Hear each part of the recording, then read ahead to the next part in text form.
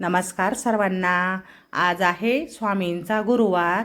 तर गुरुवार असल्यामुळे सगळ्यांना सगळ्यात पहिले श्री स्वामी समर्थ। कसे आहात? सगळ्यांना आजचा दिवस आनंदाचा आणि आरोग्यदायी जावोत ही स्वामींचरणी प्रार्थना। तर तुम्हाला दुकानामध्ये आल्याबरोबर तर चालू केल्याबरोबर तर पहिले एक पार्सल आलं आहे दुकानामध्ये। तर पार्सल काय आहे ते खोलून दाखवते मी तुम्हाला। तर त्यामध्ये ना धूप स्टिक आलेले आहे। तर चंदन, गुलाब आणि अष्टगंधाचं आहे वाटतं ते। तर ते 3 फ्लेवरमध्ये धूप स्टिक आले आहे। तर खूप सुंदर आले आहे, खूप मस्त।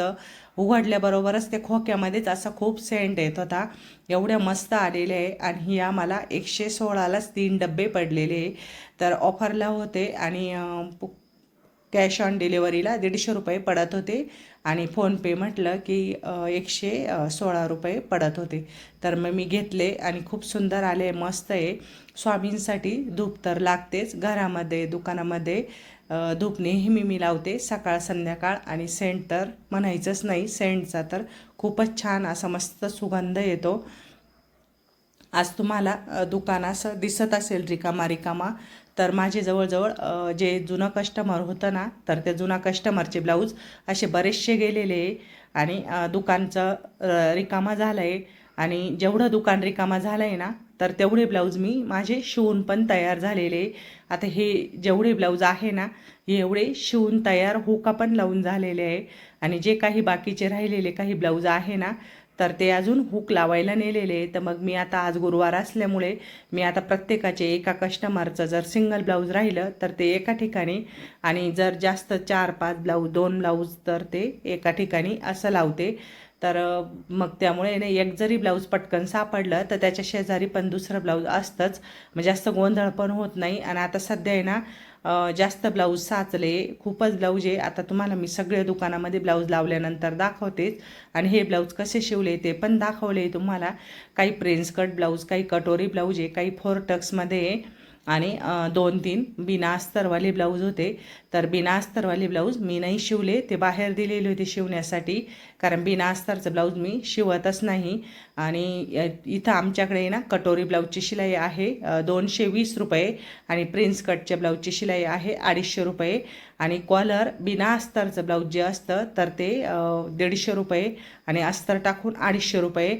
तर बरेच त्या विचारत होत्या तुमच्याकडे शिलाई किती घेता? तर खूपच कमी घेता, पण कसं असतं ग्रामीण भाग आजूबाजूचे जे खेड्यापाड्यांतून जे येतात ना कस्टमर, तर ते एवढीच शिलाई देतात, जास्त शिलाई सांगितली की कस्टमर देत नाही।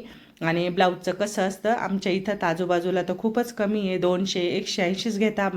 माझ्याकडे तरी मी 220 रुपये घेते आणि कस्टमर पण आपलं भरपूर आहे। आणि प्रत्येक कस्टमरला आहे ना ब्लाऊज खूप छान बसतं, ब्लाऊजच्या फिनिशिंगवर असतं, ब्लाऊज फिटिंग कसं बसतं त्यावर असतं।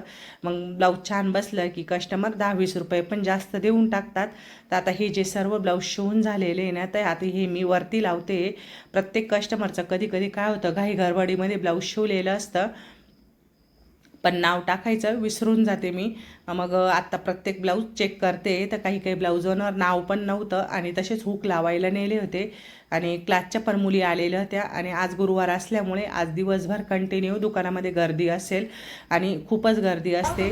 आणि बाजारचा दिवस म्हटला की बाजारच्या दिवशी आजूबाजूच्या खेड्यापाड्यांतील लोक कस्टमर जे आहे ना ते बाजार करण्यासाठी येतात आणि मग त्याच निमित्ताने ते आपल्याकडे पण दुकानात येतात।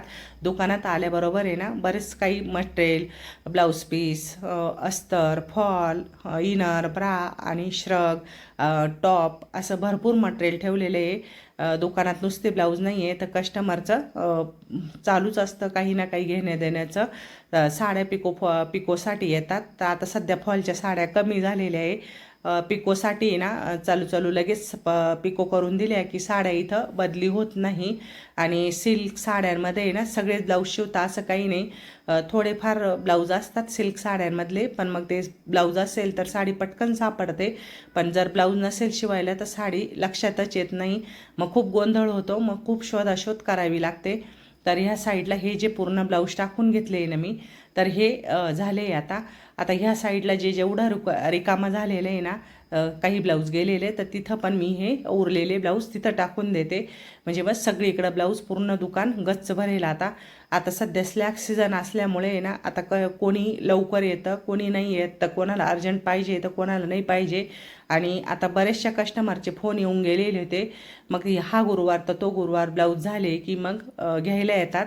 पण काही अडचण असल्यामुळे ना, आता सध्या कसं पाऊस पण नाही आहे आणि सगळीकडे असं कडक ऊन पडलेले, आणि शेतकरी म्हटलं का थोडं प्रॉब्लेमच असतात, थोडंसं अडचणी असतात. मग त्यामुळे काही कोणी ब्लाऊज घ्यायला येत नाही. मग व्यवस्थित शिवून आणि ठेवलेले आता, जेव्हा येतील तेव्हा ते आपण देऊन टाकायचे. मी प्रत्येक ब्लाऊजला काय करते, म्हणजे नॉट टाकतेच. नॉटचे 10 रुपये प्लस करते. नॉट टाकली का ब्लाऊज आहे ना, शोल्डर गळायला शोल्डर गळत नाही. मग कारण काही गडबडीत आहे ना, कधी कधी शोल्डरला तिरपी टिप टाकल्या जाते, काही कधी कधी राहून जाते. मग ते अचानक मग ब्लाऊज शोल्डर गळत असलं की मग कस्टमरची ओरड होऊन जाते. मग त्यामुळे मग मी काय करते, प्रत्येक ब्लाऊजला नॉट टाकते. आता हे सर्व जे ब्लाऊज आहे ना, तर हे सर्व आता सरकवले. जेवढी जागा रिकामी झाली होती ना, तर तेवढ्या ठिकाणी ब्लाऊज टाकलेले.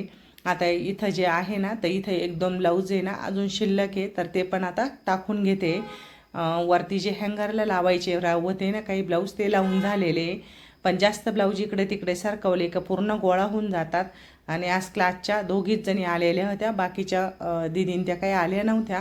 गुरुवारच्या दिवशी ना खूपच गर्दी होऊन जाते, इथं बसायलाच जागा राहत नाही. आणि पिकोचं दिवसभर कस्टमर तर चालूच असतं.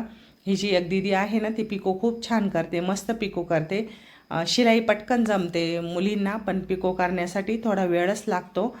तर आता मी हे सर्व जे ब्लाऊज आहे ना, आता हे जे हातातले, तर हे सर्व 8 ब्लाऊज एकाच कस्टमरचे ब्लाऊज आहे, ते पुढच्या दोरीवर टाकते. कारण आता तिन्ही पण साईडच्या पाईप्स पूर्ण फुल झालेले, आणि पुढच्या साईडला जे डिझाईनचे ब्लाऊज अटकवते ना मी, तर तिथं हे ब्लाऊज टाकते. तर दुकानाच्या समोरच हे पूर्ण ब्लाऊज असे समोर लावून ठेवले की कस्टमरला पण लगेच कळतात कोणाचे ब्लाऊज कुठं आहे. कधी कधी काय होतं, शिवून ठेवलेले असतात पण लक्षात पण राहत नाही की कोणाचं ब्लाऊज कोणतं आहे. फक्त शिवताना तेवढं चिठ्ठ्या वगैरे टाकून ठेवायच्या, आणि किंवा नावं टाकून ठेवायचे, आणि त्यानंतर कस्टमर आले समोर ब्लाऊज दिसले की त्यांच्या पटकन लक्षात येतं. तर इथं आता मी पुढे पण हे ब्लाऊज लावून घेते. आणि हे ब्लाऊज लावताना काय होतं, एकाच जे कस्टमरचे राहतात ते एका ठिकाणी ठेवले की मग पटकन ब्लाऊज सापडतात. तर ही जी दीदी आहे ना, तर ही खाली ब्लाऊज पण कटिंग करते. ती आता खूप छान कटिंग करते, पिको पण खूप छान करते. आणि जेवढ्या क्लासच्या मुली आहे ना, तेवढ्या पण मुलींचे क्लास पण झालेले, आणि सगळ्या मुली मस्त ब्लाऊज शिवायला लागले. आणि आता हे जे ब्लाऊज आहे ना 1-2, तर हे आता मी वरती हँगरला लावते. आणि साड्या तर बघा, एवढ्या जेवढ्या साड्या दिसत आहे ना, तर त्यातल्या कमी फॉलच्या आणि काही पिकोच्या आहे. आणि प्रत्येक साडीवरचं ब्लाऊज शिवण्यासाठी आहे, म्हणून तर एवढ्या साड्यांची मोठी थप्पी लागलेली असते. आता हे पण ब्लाऊज जे आहे ना, हँगरला मस्त लावून देते. गुरुवारच्या दिवशी ना मी पिवळीच साडी घालते, कारण गुरुवार स्वामींचा गुरुवार असल्यामुळे ना पिवळी साडी, सगळं पिवळं पिवळंच असतं. रांगोळी पिवळी, सगळं पिवळं, पाण्यात सडा टाकताना हळद टाकणे, म्हणजे असं हे चालूच असतं. तर खूप छान मस्त वाटतं, पॉझिटिव्ह वाटतं मस्त. आता हे जे डिझायनर ब्लाऊज आहे ना, ते हे तुम्हाला मी शॉर्ट व्हिडिओ तो बनवलाच होता त्याचा. तर खूप छान आलं आहे. पुढच्या साईडला हुक टाकले आणि बॅक साईडला बोटनेकसारखा गळा घेतला आहे छोटासा.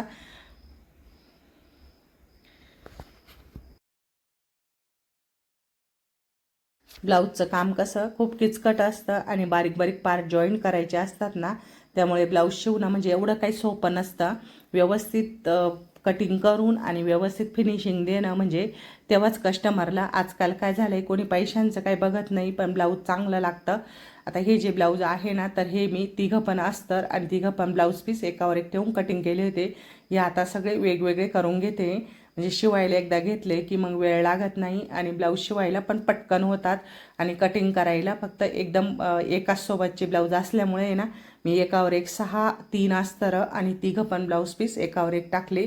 म्हणजे तेवढा वेळ जर एक एक ब्लाऊज जर कापत बसली असती, कटिंग करत राहिली असती, तर बराचसा वेळ निघून गेला असता माझा.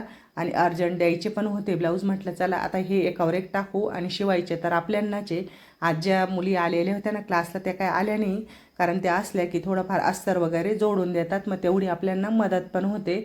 तर चला, व्हिडिओ आवडला असल्यास व्हिडिओला लाईक करा, शेअर करा आणि चॅनलला सबस्क्राईब करा. चला भेटूया अशाच नवीन व्हिडिओमध्ये. तोपर्यंत सर्वांना श्री स्वामी समर्थ. तर मैत्रिणींनो, व्हिडिओला लाईक करा. आपल्या व्हिडिओला खूप कमी लाईक येत आहे. सगळ्यांनी चॅनलला सबस्क्राईब करा, व्हिडिओ शेअर करा आणि तुम्हाला काही अडचणी असतील, ब्लाऊजच्या बाबतीत काही प्रॉब्लेम असतील तर ते नक्की विचारा. तुम्हाला माझे ब्लाऊज आवडले का, दुकान आवडलं का, दुकान कसं वाटतं तुम्हाला माझे ब्लाऊज शिवलेले, ते पण मला कमेंटमध्ये नक्की सांगा. आपल्या यूट्यूब फॅमिलीमध्ये किती मैत्रिणींचे दुकान टाकलेले की कोण कोण आपलं स्वतःचं ब्लाऊज स्वतः शिवतं ते पण मला कमेंटमध्ये नक्की सांगा. कारण स्वतःचं ब्लाऊज शिवणं म्हणजे हे एक खूप मोठं म्हणजे खूप मोठं काम असतं. हे जे शिवताना त्याला कळतं आणि जे नाही शिवणार ना त्यांना ह्या गोष्टी नाही कळणार, असं असतं ब्लाऊजचं. आणि नक्की स्वतःचं ब्लाऊज स्वतः घरी ट्राय करा आणि खूप छान असं मस्त सुंदर असं ब्लाऊज तयार करा.